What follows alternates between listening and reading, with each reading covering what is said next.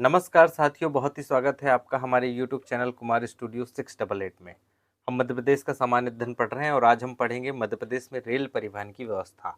देखेंगे कि मध्य प्रदेश में रेल परिवहन क्या होता है। इसके पहले अगर आपने हमारे पुराने वीडियो नहीं देखे हैं, मध्य प्रदेश में सड़क परिवहन, मध्य प्रदेश में राष्ट्रीय उद्यान और मध्य प्रदेश में अभ्यारण्य, अगर ये वीडियो आपने नहीं देखे हैं तो एक बार ज़रूर देखिए। आपकी जो स्टेट लेवल की वैकेंसी है, चाहे एमपीपीएससी हो, एमपीएसआई हो, एमपी फॉरेस्ट हो या दूसरी जो वैकेंसी आती है व्यापम की या स्टेट सिलेक्शन कमीशन की, तो आप उसमें बेहतरीन तरीके से स्कोरिंग कर सकते हैं। आपने अगर वीडियो नहीं देखा हो तो एक बार ज़रूर जाके वीडियो देखिएगा। यकीन मानिए बहुत ही ज़्यादा मदद होगी आपकी स्टेट लेवल और सेंट्रल लेवल की वैकेंसीज में। तो आज हम बात करते हैं मध्य प्रदेश में परिवहन और मध्य प्रदेश में पढ़ेंगे हम मध्य प्रदेश में रेल परिवहन। रेल परिवहन पे चर्चा होगी कि मध्य प्रदेश में रेल परिवहन की क्या व्यवस्था है, कैसे कैसे काम करता है। इसके पहले हम थोड़ा सा देखेंगे भारत में रेल परिवहन। शुरुआती देखेंगे। भारत का रेल परिवहन तो बड़ा विस्तृत है, लेकिन उसको ना देखते हुए, विस्तृत को ना देखते हुए एक छोटी सी रूपरेखा तय करते हैं कि मध्य प्रदेश भारत में जो रेल परिवहन की व्यवस्था है ये ब्रिटिशर्स या अंग्रेजों ने लेके आए। अंग्रेजों ने रेल व्यवस्था को क्यों लेके आए, ये भी एक क्वेश्चन है। और उसके पीछे सीधा सा एक कारण है कि अंग्रेज जो हमारे देश में रेवेन्यू करेक्शन करते थे या जो टैक्स लेते थे, उसे लाने ले जाने में, एक स्थान से दूसरे स्थान तक लाने ले जाने में थोड़ी मुश्किल होती थी। क्योंकि लुटेरे होते थे, रास्ते में लूट लेते थे अंग्रेजों को, तो वो थोड़ी सी दिक्कत वाला टॉपिक था। इसलिए उन्होंने सोचा कि एक ऐसी व्यवस्था लेके आया जाए जिससे हम हमारे रेवेन्यू को एक स्थान से दूसरे स्थान तक बहुत आसानी से ले जाए। और उसकी शुरुआत हम अंग्रेजों ने की रेल से, कि रेल लेके आएंगे। तो पहले भारत में कब रेल चली, तो आपको ध्यान रखना है, भारत में जो रेल चली थी वो चली थी 16 अप्रैल 1853 को। 16 अप्रैल 1853 को भारत में रेल की शुरुआत होती है। और ये कहाँ से होती है? मुंबई से, है ना। मुंबई से थाने के बीच में, मुंबई से थाने के बीच में ये रेल चलती है। और इसकी कुल दूरी थी मात्र 35 किलोमीटर। पहली बार जो रेल चली उसकी दूरी मात्र 35 किलोमीटर थी। ये टेस्टिंग व्यवस्था थी कि हम टेस्ट करके देखते हैं कि यहाँ पर वो व्यवस्था लागू हो सकती है, भारत में चालू हो सकती है या नहीं हो सकती। तो पहली बार 16 अप्रैल 1853 को मुंबई से थाने के बीच में चली। मुंबई का पर्टिकुलर एरिया पूछेगा तो आपको बोरी बंदर बताना है। बोरी बंदर, जहाँ पर एक टर्मिनल है, छत्रपति शिवाजी टर्मिनल। छत्रपति शिवाजी टर्मिनल बोरी बंदर में एक स्टेशन का नाम है, बहुत बड़ा स्टेशन है। यही स्टेशन से चली थी। छत्रपति शिवाजी टर्मिनल बोरी बंदर में है, थाने के बीच में। थाने एक शहर का नाम है, मुंबई से लगा हुआ है। तो थाने और मुंबई के बोरी बंदर छत्रपति शिवाजी टर्मिनल से पहली बार ट्रेन चली। 35 किलोमीटर इन्होंने टेस्टिंग की। इसमें कुछ इतिहासकार बताते हैं कि इसमें 20 डिब्बे शुरुआत में थे, और कुछ इतिहासकार लिखते हैं कि इसमें मात्र 14 डिब्बे थे। इसके साक्ष्य अलग अलग बुक में अलग अलग हैं, तो आप डिब्बे पे ना जाइए कि 20 थे या 14 थे। लेकिन यात्रियों की संख्या पूछेगा तो यात्रियों की संख्या बताना है कि इसमें टोटल 400 यात्री ने पहली बार सफ़र किया था। यानी जिस दिन ट्रेन चली थी 16 अप्रैल 1853 को पहली बार जब ट्रेन चली, तो इसमें जो यात्रियों की संख्या थी वो थी 400 यात्री थे। डिब्बे आपको ध्यान रखना है, 20 आएगा तो 20 और 14 आएंगे तो 14। तो 20 या 14 दो में से कोई भी एक आएगा, तो आपको करेक्ट करके आना है। कहाँ से कहाँ तक चली? मुंबई से थाने के बीच में चली। छत्रपति शिवाजी टर्मिनल जो मुंबई का बोरी बंदर में स्थित है, यहाँ से चली। तो ये भी आपको पूछ सकता है। तो ये मतलब ये हमारा भारत का ब्रीफ था इतिहास। ये आप अगर नोट करना चाहें तो नोट करते चलें, तो इससे हमारी काफ़ी अच्छी मदद होगी। तो पहली जो ट्रेन थी भारत में 16 अप्रैल 1853 को चलाई गई, और ये अंग्रेजों ने दी व्यवस्था थी। उसी के अंतर्गत मध्य प्रदेश में रेल परिवहन का विकास प्रारंभ हुआ। और मध्य प्रदेश में जो पहली ट्रेन थी वो चली 1867 में। यानी पूछा जाएगा आपको, मध्य प्रदेश में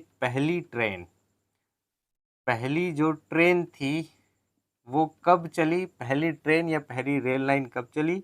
तो आपको बताना है 1867, 1867 में मध्य प्रदेश में पहली बार रेल लाइन बिछाई गई। और ये लाइन का मकसद था कि मध्य भारत में, क्योंकि तब तो मध्य प्रदेश था ही नहीं, मध्य प्रदेश का निर्माण तो 1800, मध्य प्रदेश कब बना, 1956 को बना। लेकिन इसके पहले 1867 में हमारा मध्य प्रदेश तो था ही नहीं, तब ये मध्य भारत या मध्य क्षेत्र कहलाता था, मध्य प्रांत कहलाता था। मध्य प्रांत में ये ट्रेन की व्यवस्था की गई 1867 में। कुछ इतिहासकार इसमें भी भ्रम पैदा करते हैं, इसमें कहते हैं कि मध्य प्रदेश में पहली जो रेल लाइन है वो 1867 में नहीं चली। वो मानते हैं कि पहली होलकर स्टेट की जो ट्रेन थी, या जो इंदौर में तुकोजी राव होलकर ने स्थापित किया था 1869 को होलकर स्टेट में जो पहली ट्रेन चली थी उसको मानते हैं। लेकिन आपको ध्यान रखना है वो फैक्ट पूरी तरीके से इतिहासकार ने सही नहीं बताया है, तो 1869 वाला आपको नहीं बताना है। 1867 में पहली रेल लाइन बिछाई गई, पहली बार ट्रेन चली। और ये कहाँ से कहाँ तक चली, जबलपुर, है ना, जबलपुर से इलाहाबाद, इलाहाबाद का नाम प्रयागराज हो गया, ध्यान रखेंगे, प्रयागराज। इलाहाबाद से प्रयागराज पहली बार 1867 में ट्रेन चलाई गई। मध्य भारत में ये पहली ट्रेन थी और इसकी शुरुआत अंग्रेजों ने हमारे मध्य भारत से किए थे। तो ये आपको ध्यान रखना है, ये क्वेश्चन भी आपसे पूछा जा सकता है, कहाँ से कहाँ तक चली, जबलपुर से प्रयागराज तक थी। दूसरी अगर ट्रेन की बात होगी तो दूसरी कब चली थी, आपको ध्यान रखना है, दूसरी चली थी 1869 को। 1869 को तुकोजी राव होलकर, जो होलकर स्टेट के राजा थे, होलकर स्टेट के राजा ने पहली बार ये ट्रेन चलाई थी 1869 को। और ये चली थी 1869 को खंडवा और इंदौर के बीच में। कहाँ से कहाँ तक, खंडवा से लेकर इंदौर। और इसे होलकर स्टेट या इंदौर स्टेट ट्रेन के नाम से भी जाना जाता था, होलकर स्टेट या इंदौर स्टेट के भी ट्रेन के नाम से जाना जाता था। तो ये जो क्वेश्चन है ये ट्रेन से पूछे जाते हैं। और आपको पहली ट्रेन बताना है, मध्य प्रदेश में पहली ट्रेन जबलपुर से प्रयागराज, या जिसका नाम इलाहाबाद है, पुराना था, अभी वर्तमान में प्रयागराज किए गए हैं। भारत में सिर्फ और सिर्फ नाम ही बदल रहे हैं, काम तो वही हो रहे हैं। प्रयागराज हो या दूसरे और प्रदेश हो, वहाँ पर सिर्फ नाम ही बदल रहे हैं, काम नहीं बदल रहे हैं। काम बदलेंगे तो भारत की तस्वीर अलग बदलेगी। आप ट्रेन हम पढ़ रहे हैं, आप ट्रेन में देखिए कि ट्रेन की क्या स्थिति है भारत में। भारत में पूरे विश्व का रिकॉर्ड अगर देखें तो विश्व की रिकॉर्ड में 5वें नंबर की ट्रेन भारत की है, यानी 5वें नंबर की दूरी तय करती है भारत। पहले नंबर में रूस आता है, दूसरे नंबर पे यूएस आ जाता है। तो ये जो है भारत में स्थिति 5वें नंबर की है। और जनसंख्या की अगर बात करेंगे तो जनसंख्या में हमारा जो देश है वो दूसरे नंबर पे 2011 की जनसंख्या के जनगणना के अनुसार। अगर जनगणना कोरोना नहीं हो लगता तो, और अभी होती 2021 में, तो यकीन मानिए भारत जो है विश्व में प्रथम नंबर पे जनसंख्या विस्फोट करने वाला देश बन जाता है। यानी हमारे यहाँ जनसंख्या इतनी तेज गति से बढ़ रही है कि आने वाली पीढ़ी को शायद ही छत पे जगह मिले रहने के लिए। तो ये बड़ी गंभीर समस्या है। फिर भी इसके बाद समाजशास्त्र में बताया गया है, समाजशास्त्र का विषय है ये, जनसंख्या नियंत्रण कैसे करें, ये सारी चीज़ें। तो समाजशास्त्र में ये महत्वपूर्ण है कि जो जनसंख्या है वो क्यों विस्फोट हो रहा है। तो जनसंख्या विस्फोट का यही है कि वंशवाद की परंपरा या पीढ़ी दर पीढ़ी और दूसरी चीज़ें आना, मनोरंजन के साधन कम होना, और भी बहुत सारी समस्याएं हैं। तो इसके विषय में हम समाजशास्त्र जब पढ़ेंगे, समाजशास्त्र का टॉपिक, परिवार का टॉपिक आएगा, उसमें विवाह भी टॉपिक आएगा। तो विवाह परिवार देखेंगे, पलायन विवाह, हरण विवाह और बहुत सारे विवाह होते हैं। तो ये जो है आप ये यहाँ ध्यान रखिए कि भारत की स्थिति है विश्व में 5वें नंबर का, यानी 5वें नंबर की ट्रेन है। जनसंख्या कितनी है, सेकंड नंबर पे। अगर हम अभी बात करें तो 142 करोड़ के लगभग हम हो चुके हैं। अगर सेंसस काउंट की जाए 2021 में तो नहीं हो पाई, अभी अगर काम करेंगे तो हमारी देश में दुनिया में सबसे ज़्यादा जनसंख्या है। और हम उस सबसे ज़्यादा जनसंख्या को ट्रेन या सुविधाएं मुहैया नहीं करा पा रहे हैं। आप देखिए कि सुविधाएं क्यों मुहैया नहीं हो रही है, इसके भी पीछे बहुत सारे कारण हैं। कि जो अनियमितता रेलवे विभाग में है। अब आज टिकट लीजिए, आपकी टिकट 10 दिन में कंफर्म होगी, वेटिंग में डाल दिया जाएगा। 400 यात्रियों की ट्रेनों में 10,000 लोगों को ठूस ठूस के भरा जाएगा। अब 1000 तो छोड़िए, 10,000 को एक सीट पे 20-20 बच्चे बैठे हैं, 20-20 लोग बैठे हैं। ये कोई ट्रेन की व्यवस्था नहीं है, और फिर भी सरकार कहती है कि घाटे पे ट्रेन चलती है। अरे घाटे पे ट्रेन नहीं है भाई, लोगों की मानसिकता घाटे में, या जो सरकार में लोग हैं वो लोग भ्रष्टाचार कर रहे हैं, या जो व्यवस्थाओं में लोग हैं वो लोग भ्रष्टाचार कर रहे हैं। पहली बार भारत में ट्रेन जो थी वो अगर किसी के शासन काल में ठीक तरीके से चली तो वो लालू प्रसाद यादव के शासन काल में चली, जब वो भारत के रेल मिनिस्टर हुए लालू प्रसाद यादव। ये भी क्वेश्चन आता है कि भारत में लालू प्रसाद यादव कब बने, तो आपको ध्यान रखना है 2004 से लेकर के 2009 तक रेल मिनिस्टर थे लालू प्रसाद यादव। बेशक इन पे भ्रष्टाचार के आरोप लगे और इन्होंने और दूसरी चीज़ों में ये इनका नाम आया, लेकिन इन्होंने रेल को फायदे में पहुंचाया, और इनके कार्यकाल में 90 करोड़ रुपए लगभग ट्रेन का प्रॉफिट हुआ था 5 साल में। पहली बार भारत में इतिहास में अगर देखेंगे, जब से ट्रेन चली तब से लेकर के पहली बार इन्होंने बेनिफिट में लेके आया था।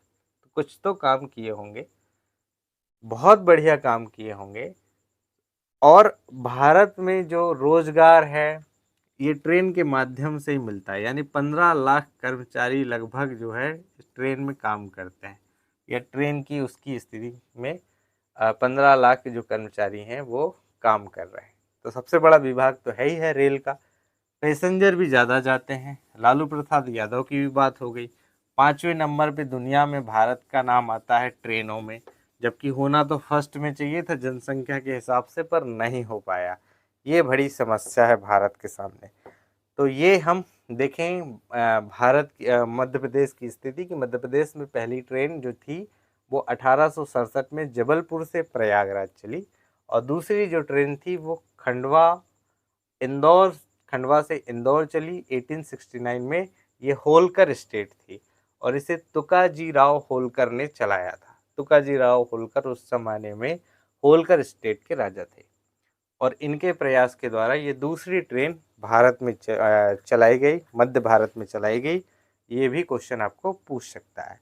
अब हम भारत के आंकड़े की बात करें तो एक नज़र में देखते हैं भारत के आंकड़े में भारत में कुल रेल मार्ग की लंबाई कितनी है। ये भी पूछ सकता है कि भारत में कुल रेल मार्ग की लंबाई कितनी है।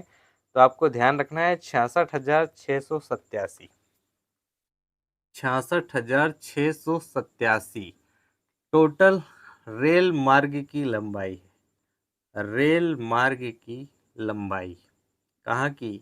भारत की। भारत के रेल मार्ग की लंबाई टोटल 66,687 किलोमीटर है। 66,687 किलोमीटर भारत में रेल मार्ग की लंबाई है। मध्य प्रदेश की बात करेंगे तो मध्य प्रदेश में इसकी जो किलोमीटर की दूरी है ये मात्र 5,000 किलोमीटर है। 5,000 किलोमीटर मध्य प्रदेश में रेल मार्ग की लंबाई, रेल मार्ग की लंबाई मध्य प्रदेश में कितनी है? 5,000 किलोमीटर। अगर हम परसेंट में निकालेंगे तो इसका परसेंट आएगा 6.7%। टोटल भारत की रेल लाइन का 5,000 मतलब 6.7% हमारा मध्य प्रदेश का ये है, रेल में हिस्सेदारी है, या रेल में किलोमीटर में हिस्सेदारी है। इतनी ही दूरी में आपके ट्रेनें चलती हैं, और इतने ही क्षेत्र में ट्रेन आपको संचालित करने की व्यवस्था की जाती है। तो ये है मध्य भारत का इतिहास। पहली ट्रेन कब चली? 1869 से जबलपुर से प्रयागराज। दूसरी होलकर स्टेट तुकोजी राव होलकर के द्वारा खंडवा इंदौर चलाई 1869 में। रेल मार्ग की लंबाई पूरे भारत की पूछेगा तो आपको बताना है 66,687 किलोमीटर। 66,687 किलोमीटर टोटल भारत में रेल मार्गों की लंबाई है। रेल मार्ग मध्य प्रदेश में कुल लंबाई 5,000 किलोमीटर है, और अगर प्रतिशत में बात होगी तो 6.7% प्रतिशत में है। कुछ बुकों में आता है 6.49%। तो जो भी ऑप्शन आए वो आपको टिक करते चलना है और ऑप्शन पे विशेष ध्यान देना है, क्योंकि अलग अलग राइटर अलग अलग तरह की बातें करते हैं। तो जो भी राइटर, अब पता नहीं पेपर कौन से राइटर को सही मान रहा है या ऑप्शन किस राइटर के आए हुए हैं, क्योंकि राइटरों पर भी डिपेंड करता है। तो 6.7 किलोमीटर भी आपको ध्यान परसेंटेज में याद रखना है और 6.49% भी आपको ध्यान रखना है। ये आपका मध्य प्रदेश का टोटल इतना आपको अभी तक ध्यान रखना है। इसके बाद में बात होगी मध्य प्रदेश से गुजरने वाले रेल जोन, यानी वो गाड़ियाँ या वो रेलगाड़ियाँ, वो जोन की गाड़ियाँ जो मध्य प्रदेश से गुजरती है। वो मध्य प्रदेश में कौन कौन से जोन है, तो आपको पहला ध्यान रखना है पश्चिम मध्य रेलवे। पश्चिम मध्य रेलवे, पश्चिम मध्य रेलवे, पश्चिम मध्य रेलवे आपसे पूछा जाएगा कि पश्चिम मध्य रेलवे का मुख्यालय कहाँ है, तो आपको बताना है ये जबलपुर में है। मध्य प्रदेश में पश्चिम मध्य रेलवे का मुख्यालय कहाँ है, जबलपुर में है। ये आप लिखते चलिए। इसके बाद पूछेगा कि मध्य रेलवे का मुख्यालय कहाँ है। मध्य रेलवे, मध्य रेलवे का मुख्यालय कहाँ है, तो ये मुंबई में है। मुंबई में दो मुख्यालय है, मुंबई में दो मुख्यालय है। एक है मध्य रेलवे का मुख्यालय और एक है पश्चिम रेलवे का मुख्यालय। मध्य रेलवे मुख्यालय भी मुंबई है और दूसरा पश्चिम रेलवे का भी मुख्यालय मुंबई में है। दोनों मुख्यालय आपको ध्यान रखना है। मुंबई मध्य रेलवे, पश्चिम रेलवे, दो मुख्यालय आपके मुंबई में है। इसके बाद बात होगी कि दक्षिण पूर्व रेलवे का मुख्यालय कहाँ है, जो मध्य प्रदेश के शहर इसके अंतर्गत आते हैं। तो दक्षिण पूर्व मध्य रेलवे, दक्षिण पूर्व मध्य रेलवे का मुख्यालय अगर आपसे क्वेश्चन में पूछ लिया जाए तो आपको ध्यान रखना है कि इसका जो मुख्यालय है ये कोलकाता में। कहाँ पे है, कोलकाता या कलकत्ता में, कोलकाता, कोलकाता में है साहब।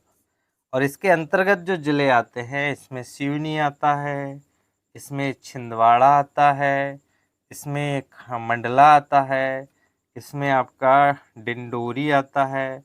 ये जिले हैं इसके अंतर्गत सम्मिलित किए जाते हैं। बालाघाट भी इसी के अंतर्गत आता है ना।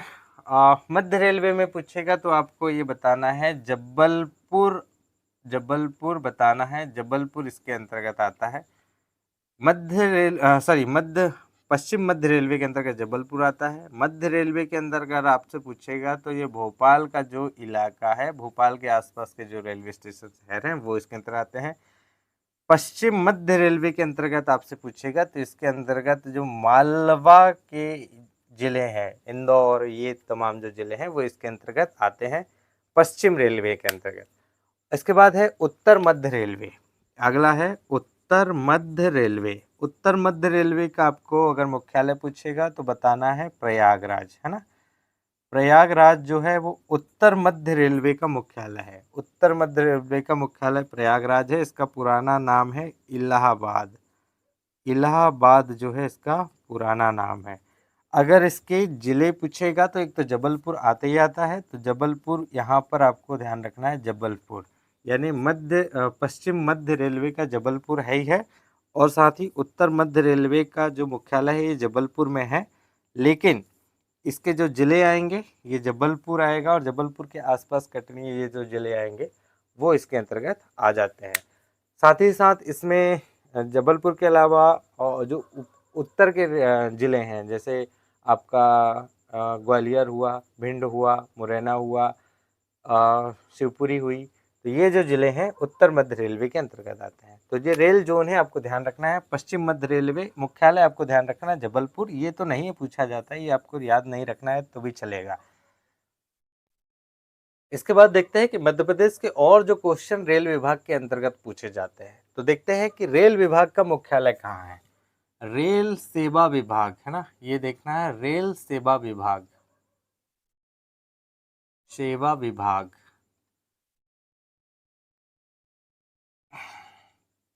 रेल सेवा विभाग का मुख्यालय पूछेगा तो आपको बताना है भोपाल। भोपाल जो है साथियों रेल सेवा विभाग का मुख्यालय है, यानी इस जितनी भी वैकेंसी आती है वो इसी मुख्यालय के अंतर्गत आती है या भोपाल डिवीज़न के अंतर्गत आती है मध्य प्रदेश में। तो मध्य प्रदेश में रेल सेवा विभाग का मुख्यालय अगर पूछेगा तो ये आपको भोपाल बताना है।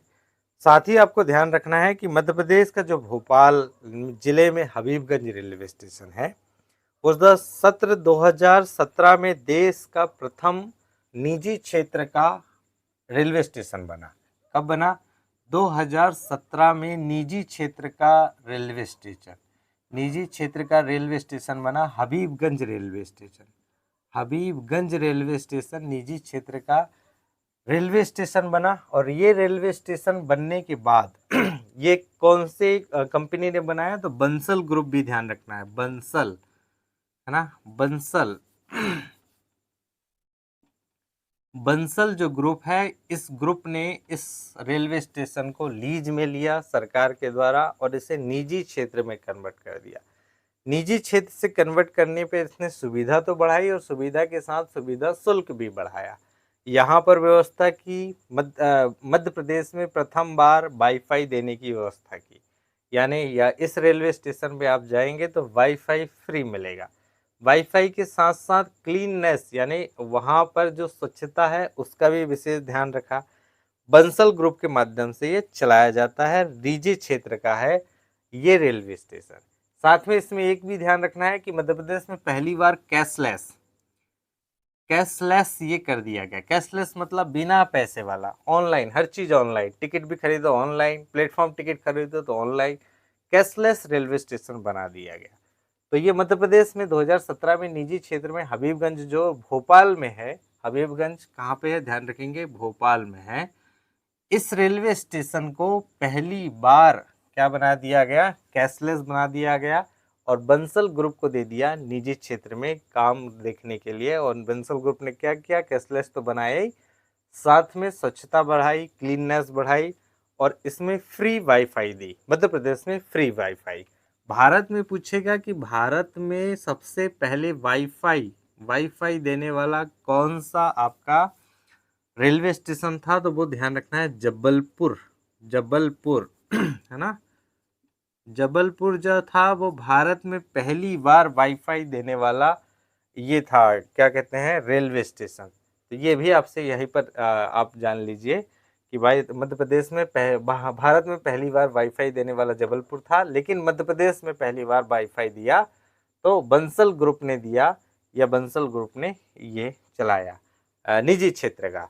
और ये सरकारी क्षेत्र का है जबलपुर में, ये शासकीय क्षेत्र नहीं, ये शासकीय प्रयासों के द्वारा हुआ। तो दो ही चीजें आपको यहाँ पर ध्यान रखनी है।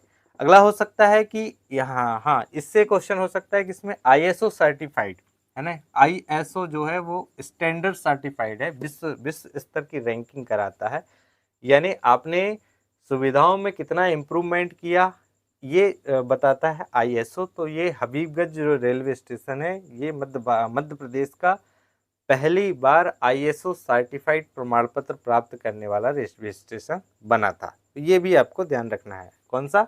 Habibganj railway station ISO certified प्राप्त करने वाला पहला रेलवे स्टेशन बनाया गया था। आगे बात होगी मेट्रो की। कि मेट्रो की शुरुआत मध्य प्रदेश में कहाँ प्रारंभ की गई और कितने किलोमीटर प्रारंभ हुई। तो मेट्रो की अगर बात होगी, मेट्रो आपका क्वेश्चन पूछेगा तो मेट्रो सबसे पहले मध्य प्रदेश में चली इंदौर में, है ना। इंदौर में प्रस्तावित किया गया था भाई मेट्रो को कि मध्य प्रदेश में सबसे पहली बार कौन सा शहर होगा जो मेट्रो संचालित करेगा, तो वो होगा आपका इंदौर शहर, जहाँ पे मेट्रो चलेगी। और इसकी जो टोटल लंबाई होगी शुरुआती समय में 31 किलोमीटर, 31.55 किलोमीटर, 31.55 किलोमीटर इसकी रखी गई कि 31.55 किलोमीटर ये पहली बार में चलेगी। दूसरी जो मेट्रो चलाई जाएगी ये चलाई जाएगी भोपाल में, और भोपाल में इसका टोटल एरिया रखा गया था 29, है ना, कितना? 2916 किलोमीटर, 2916 किलोमीटर भोपाल में। ये बात कही गई कि भोपाल में 29.16 किलोमीटर ये चलाएगी। इसमें जो व्यवस्था थी, यानी व्यवस्था के लिए पैसे की ज़रूरत पड़ेगी, और पैसे कहाँ से आएंगे? तो पैसे बैंकों के द्वारा, यानी इंदौर में जो व्यवस्था की गई थी मेट्रो ट्रेन परियोजना चालू करने के लिए, तो इसके लिए हरियाणा डेवलपमेंट बैंक और न्यू डेवलपमेंट बैंक ने ऋण दिया था। इंदौर के लिए किसने दिया था? हरियाणा हरियाणा डेवलपमेंट बैंक और new development bank, new development bank है ना, हरियाणा डेवलपमेंट बैंक और न्यू डेवलपमेंट बैंक ने इंदौर के लिए ऋण उपलब्ध कराया था। लेकिन वही मध्य प्रदेश में भोपाल के लिए जो मेट्रो ट्रेन थी, वो मेट्रो ट्रेन में ऋण उपलब्ध कराने वाला था यूरोपियन इन्वेस्टमेंट बैंक। कौन सा? European investment bank. European investment bank Bhopal के लिए आपको ऋण उपलब्ध कराने वाला पहला भोपाल, सॉरी ऐसा लिखा ना, थोड़ा गलत हो जाता है। तो भोपाल के लिए पहली बार ये न्यू यूरोपियन इन्वेस्टमेंट बैंक जो था, इनने पहली बार ऋण उपलब्ध कराने की बात की गई थी। अब कुछ प्रतिष्ठान हैं जो मध्य प्रदेश के लिए बहुत ही जरूरी है, या मध्य प्रदेश में ये प्रतिष्ठान कहाँ कहाँ संचालित है, ये क्वेश्चन आपसे पूछा सकता है। तो आपको ध्यान रखना है कि railway coach repair factory, railway coach repair factory कहाँ बनाएगी? तो आपको ध्यान रखना है ये निशांतपुरा में बनाएगी। कहाँ पे? निशांतपुरा। निशांतपुरा भोपाल के पास या भोपाल में है। और यहाँ पर ये जो कोच होती हैं, रेलवे जो कोच होती हैं, उनको सुधार करने के लिए इस जगह में निशांतपुरा भोपाल में ये फैक्ट्री बनाई गई, ये रिपेयर फैक्ट्री बनाएगी। तो रेल रिपेयर कोच फैक्ट्री जो है, ध्यान रखेंगे, रेल रिपेयर कोच फैक्ट्री। कौन सा? Rail repair coach factory. Rail repair coach factory जो है कहाँ पर बनाएगी? निशांतपुरा एक इलाका है भोपाल का, यहाँ पर लगाई गई। साथ ही रेलवे विद्युत इंजन का कारखाना, ये कहाँ याद रखना है, कहाँ पर है? विद्युत है ना, रेल विद्युत का कारखाना, ये कहाँ लगा? ये भी आपको ध्यान रखना है, ये भोपाल में है। यानी जो रेलवे का जो इंजन होता है वो कहाँ पे बनता है? विद्युत इंजन। तो आपको ध्यान रखना है ये भोपाल में बनता है। रेल विद्युत का कारखाना, ये रेल विद्युत इंजन का कारखाना कहाँ है? तो ये आपको भोपाल में ध्यान रखना है, भोपाल में है। ध्यान रखना है कि रेलवे डीजल इंजन है ना, रेलवे डीजल इंजन का कारखाना, इंजन का कारखाना कहाँ है? रेलवे डीजल इंजन का कारखाना आपसे पूछेगा तो आपको बताना है ये विदिशा में। कहाँ पे है? विदिशा। विदिशा में प्रस्तावित है साथियों, अभी लगा नहीं है, इसका काम चालू नहीं हुआ है और अब तो ज़रूरत ही नहीं है, क्योंकि ज़रूरत इसलिए नहीं कि अब सब जगह जो है वो इलेक्ट्रीकरण या विद्युतीकरण हो गया है। उसका ये केंद्र में भोपाल है और हर जो ट्रेन चल रही हैं, अब तो छोटी लाइन बची नहीं है, और जो रेल डीजल इंजन है वो भी लगभग कम होते जा रहे हैं, क्योंकि पेट्रोल डीजल के रेट इस कदर आगे बढ़ रहे हैं, तो बड़ा मुश्किल है ये कर पाना। और थोड़ा सा इसलिए भी मुश्किल है कि बड़ी सरकार को चुनौती है डीजल इंजन चलाने में, लेकिन विद्युत इंजन चलाने में चुनौती कम है, स्पीड भी ज़्यादा है, मेंटेनेंस भी कम है, और मेंटेनेंस के साथ साथ बचत ज़्यादा है। तो जहाँ पे बचत होगी वहाँ पर सरकार काम करेगी, प्रयास करेगी। तो आपको विदिशा में ध्यान रखना है, विदिशा में रेलवे डीजल इंजन का कारखाना प्रस्तावित है, बना नहीं है। जब चालू हो जाएगा तब हम इसको मान लेंगे कि ये चालू है, ये आपको ध्यान रखना है। रेलवे स्लीपर बनाने का कारखाना, ये भी आपको ध्यान रखना है कि रेलवे जो स्लीपर बनते हैं, स्लीपर मतलब जो कोच होते हैं, जैसे रेल का एक डिब्बा है, रेल का डिब्बा बनता है पूरा, तो रेल के डिब्बे का जो निचला हिस्सा होगा जिसमें लकड़ियां लगी रहती हैं, ये वाला हिस्सा, ऊपर वाला हिस्सा नहीं। तो रेलवे स्लीपर कोच कहाँ बनते हैं या कहाँ पर कारखाना लगाया है? तो ये बुधनी में लगाया है। कहाँ पे? बुधनी में लगा है। बुधनी जो है वो सीहोर में आता है। तो बुधनी में रेलवे स्लीपर कोच का फैक्ट्री लगाई गई है। यहाँ पर ये चीज़ आपको ध्यान रखना है। और जो है मध्य प्रदेश में इतने ही जो रेलवे से क्वेश्चन है ये पूछे जाते हैं, इससे ज़्यादा क्वेश्चन मध्य प्रदेश से नहीं आते हैं। इसके बाद अगर जो भी बात होगी कि हम बात करेंगे नेक्स्ट वीडियो में मध्य प्रदेश के रेल परिवहन के और जो क्वेश्चन अगर छूट गए हैं उनको भी कवर करने की कोशिश करेंगे। और मध्य प्रदेश में वायु परिवहन पे चर्चा होगी, और वायु परिवहन पे थोड़ा विशेष फोकस रहेगा कि मध्य प्रदेश में वायु की स्थिति, थोड़ी सी वायु परिवहन की स्थिति खराब है, और ख़राब इसलिए कहेंगे कि वो तमाम सरकारें कहती थी कि हम हवाई चप्पल पहनने वालों को हवाई यात्रा करवाएंगे। तो मध्य प्रदेश तो भाई हवाई चप्पल पहनने वाले लोगों की ज़्यादा यहाँ पर जनसंख्या है, लेकिन उन्होंने हवाई यात्रा की या नहीं की वो सब देखेंगे। और किन किन क्षेत्रों में अंतर्राष्ट्रीय है हवाई अड्डे और आपकी हवाई पट्टियाँ बनाई गई हैं, कौन कौन सा निजी क्षेत्र में संचालित है, कौन कौन से राष्ट्रीय स्तर पर संचालित है, क्या क्या व्यवस्थाएं दी जाती हैं, कौन सा एयरपोर्ट किस नाम से जाना जाता है, ये तमाम चीज़ें हम कल के वीडियो में बात करेंगे। तो हमारे लफ्ज़ों को या मेरे लफ्ज़ों को ध्यानपूर्वक सुना करिए, क्योंकि इन लफ्ज़ों से ही मैं मार खाया बैठा हूँ, मैं हार खाया बैठा हूँ। तो सुनने का ज़रूर प्रयास करिए, क्योंकि एक हारा हुआ जो इंसान होता है वही आपको सफल बनाने की कोशिश कर सकता है। क्योंकि जीतने वालों ने तो हमेशा ये कोशिश की है कि उन्होंने क्या प्रयास किया, क्या एफर्ट किया, उनकी सफलता का राज कोई दूसरा व्यक्ति न जान पाए। तो हमेशा अगर विश्वास करना है तो हमेशा हारे हुए व्यक्ति पे विश्वास करो। जीते हुए व्यक्ति आपको सिर्फ उनकी जीतने की कहानियां बता सकते हैं, लेकिन कैसे जीते ये सच हमेशा वो छुपा के रख लेते हैं। उन लोगों से दोस्ती करो, उन लोगों के साथ रहो, उन लोगों पे विश्वास करो जो हमेशा हारे हुए हैं। भगवान रामचंद्र से सीखिए, जब वो अयोध्या से जंगल गए, वनवास उन्हें मिला, तो वो किसी राजा के पास नहीं गए। रास्ते में तो कितने सारे राजा मिले थे, उनका नानाहाल भी मिला था, कौशल प्रदेश, लेकिन वो अपने मामा के पास नहीं गए, अपने नाना के पास नहीं गए। वो वनवासी, आदिवासी, जंगल में रहने वाले बानरों के पास गए, उनसे उनने मदद मांगी। चाहते तो एक जब राजकुमार अयोध्या छोड़ के निकला तो पूरा जो देश के राजा थे वो उसके पीछे हो चलते, और एक अकेला रावण क्या, वो तो दुनिया को हरा के आ जाते। लेकिन जो विश्वास की बात है, राह बताने की बात है, जो सीख देने की बात है, वो सिर्फ एक हारा हुआ इंसान ही बता सकता है। इसलिए राम ने उन लोगों को सुग्रीव के साथ मित्रता की, बाली के साथ भी तो कर सकते थे मित्रता, लेकिन हारे हुए इंसान से जो सीखा जाता है वो जीता हुआ इंसान आपको कभी नहीं बता सकता। तो पढ़ रहे हैं या पढ़ा रहे हैं या जो भी कर रहे हैं, जीवन में जो भी लक्ष्य हो, हमेशा हारे हुए लोगों से राह लीजिए। जीते हुए लोग राह नहीं बताते, वो राह भटकाते हैं। तो I think it's enough for today. मिलते हैं कई एक नई वीडियो के साथ, तब तक के लिए thanks for watching and keep watching.